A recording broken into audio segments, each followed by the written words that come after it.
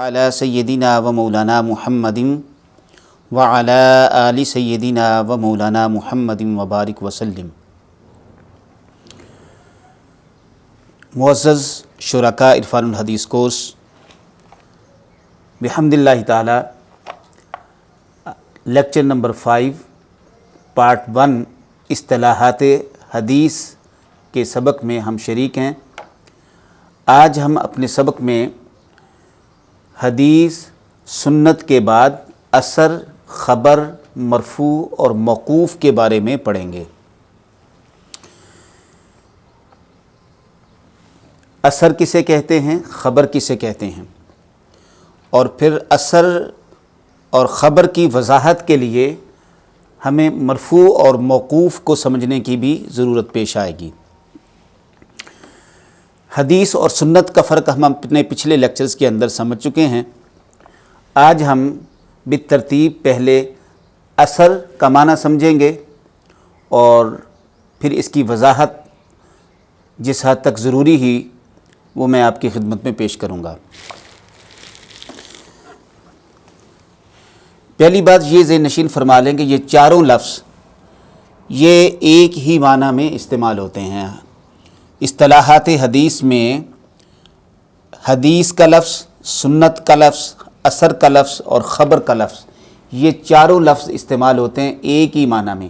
یعنی جیسے آپ کہتے ہیں یہ حضور صلی اللہ علیہ وسلم کی حدیث ہے، اسی طرح سے آپ کہتے ہیں یہ حضور صلی اللہ علیہ وسلم کی سنت ہے، یہ اثر ہے اور یہ خبر ہے۔ تو اثر اور خبر یہ ساری چیزیں حدیث کے مترادف معنوں میں ہیں۔ اثر کسے کہتے ہیں؟ الف کے اوپر زبر ہے، پھر سا کے اوپر زبر ہے، پھر را کے اوپر جزم ہے، اس کو ساکن پڑھیں گے اثر۔ اثر کا لفظی معنی ہے نشان یا آثار قدم، نشان یا آثار قدم۔ کسی چیز کا کسی چیز کے اوپر نشان پڑ جانا، اس کو اثر کہتے ہیں۔ کسی چیز کا کسی چیز پر نشان پڑ جانا، اس کو اثر کہتے ہیں۔ اور کسی چیز پر نشان ڈال دینا، مثلا آپ اپنے انگوٹھے کا کسی چیز کے اوپر نشان ڈال دیں تو اس کو تاثیر کہیں گے۔ میں سادہ الفاظ میں آپ کو ایک چیز عرض کرنا چاہوں، ہماری گفتگو میں بھی تاثیر ہوتی ہے۔ ہم کہتے ہیں نا فلاں کے واز میں بڑی تاثیر ہے، فلاں کی آواز میں بڑی تاثیر ہے، قرات میں بڑی تاثیر ہے، نعت میں بڑی تاثیر ہے، خطاب میں بڑی تاثیر ہے۔ تو یہ تاثیر اسی طرح ہم مختلف اشیاء سے متعلق کہتے ہیں کہ فلاں چیز میں بڑی زبردست فلاں تاثیر ہے۔ تو تاثیر کا مطلب یہ ہوتا ہے جو چیز اپنا اثر چھوڑ جائے، جو اپنا نشان چھوڑ جائے۔ کسی چیز پر کسی چیز کا نشان ڈال دینا، اس کو تاثیر کہتے ہیں۔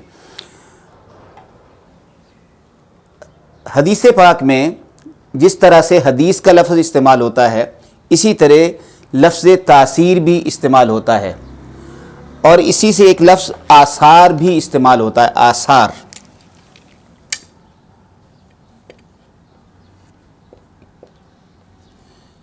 آثار اثر کی جمع ہے، آثار اثر کی جمع ہے۔ تو اس کے لیے آثار صحابہ یا آثار تابعین یوں لفظ بھی بولا جاتا ہے۔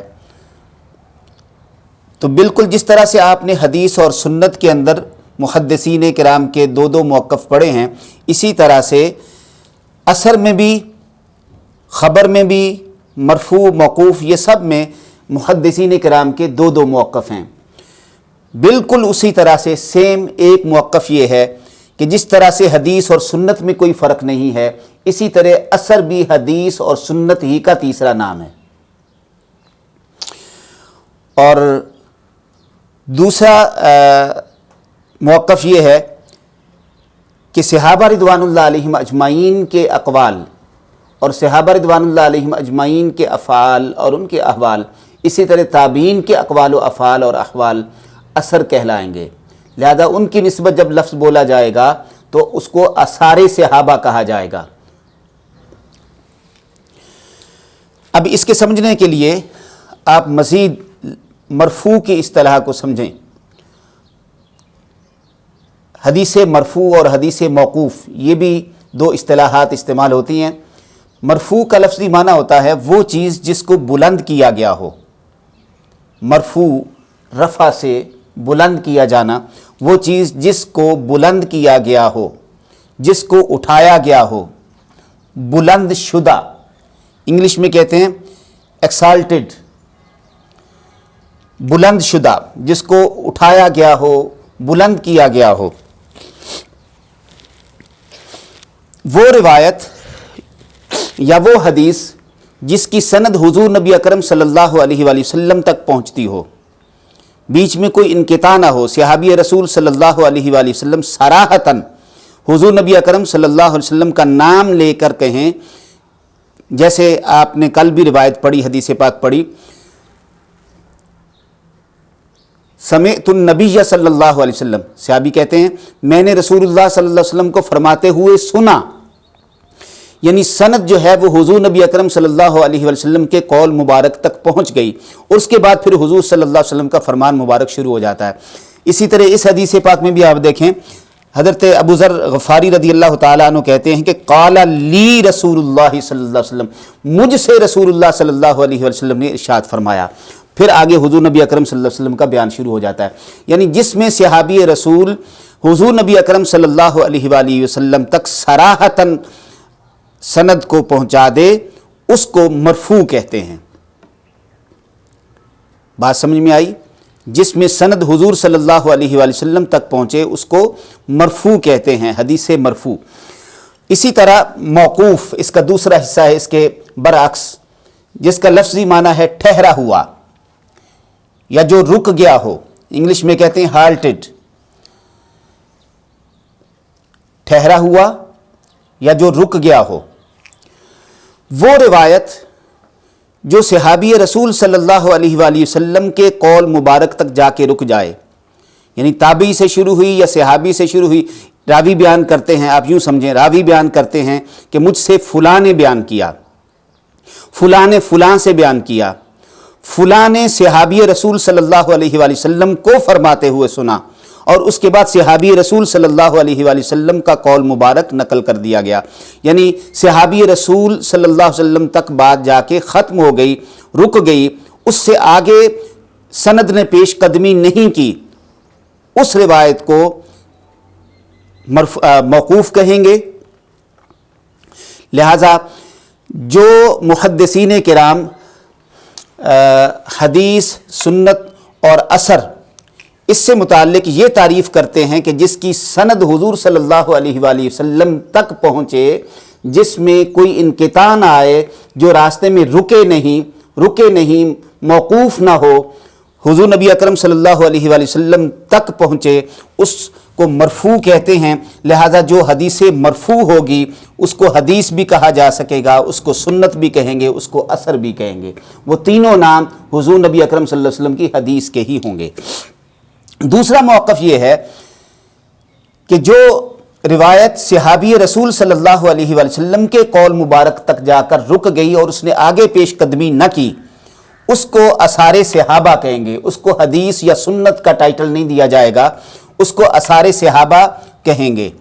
ٹھیک ہے، یا اس کو اثر کہیں گے یا اس کو تاثیر کہیں گے. یعنی حضور نبی اکرم صلی اللہ علیہ وآلہ وسلم تک جس حدیث کی سند نہ پہنچے، صحابی رسول تک یا تابعی کے قول مبارک تک جا کے رک جائے، اس کو اثر یا اثار کا نام دیا جاتا ہے.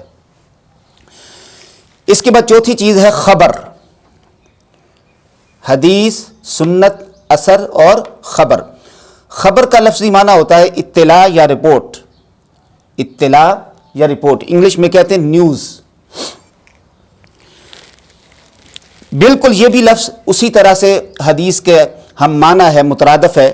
جیسے آپ حدیث کے لیے کہتے ہیں کہ یہ حضور صلی اللہ علیہ وسلم کی حدیث ہے، اسی طرح سے اس کے لیے بھی یہ لفظ بولا جاتا ہے کہ یہ حضور صلی اللہ علیہ وسلم کی ہی بات ہے، ہمیں آقا کریم صلی اللہ علیہ وآلہ وسلم کی یہ بات پہنچی. صحابی کہتے ہیں اخبرنا، ہمیں حضور صلی اللہ علیہ وآلہ وسلم کی طرف سے یہ خبر پہنچی. ٹھیک ہے، تو خبر کا لفظ بھی اصطلاحات حدیث میں استعمال ہوتا ہے، اور یہ بھی بالکل اسی طرح سے حدیث کے ہم معنی ہے۔ تو کہہ لیں کہ یہ خبر کا لفظ استعمال کر لیں، حدیث کا لفظ استعمال کر لیں، سنت کا لفظ استعمال کر لیں، اثر کا لفظ استعمال کر لیں۔ اثر پر تھوڑی وضاحت میں نے جو ہے وہ مزید بھی آپ کے سامنے پیش کی ہے، کہ جس میں پھر مرفوع اور موقوف کے لحاظ سے تھوڑا محدثین کے درمیان فرق ہے، جبکہ لفظ خبر جو ہے براہ راست حدیث، سنت اور خبر، اس کا اطلاق حضور نبی اکرم صلی اللہ علیہ وسلم کی حدیث پر ہی ہوتا ہے۔ تو یہ 4 چیزیں تھیں، حدیث، سنت، اثر اور خبر۔ آئیے اس کے بعد ہم اپنے لیکچر نمبر 5 پارٹ 2 کی طرف چلتے ہیں، تحفیظ الحدیث۔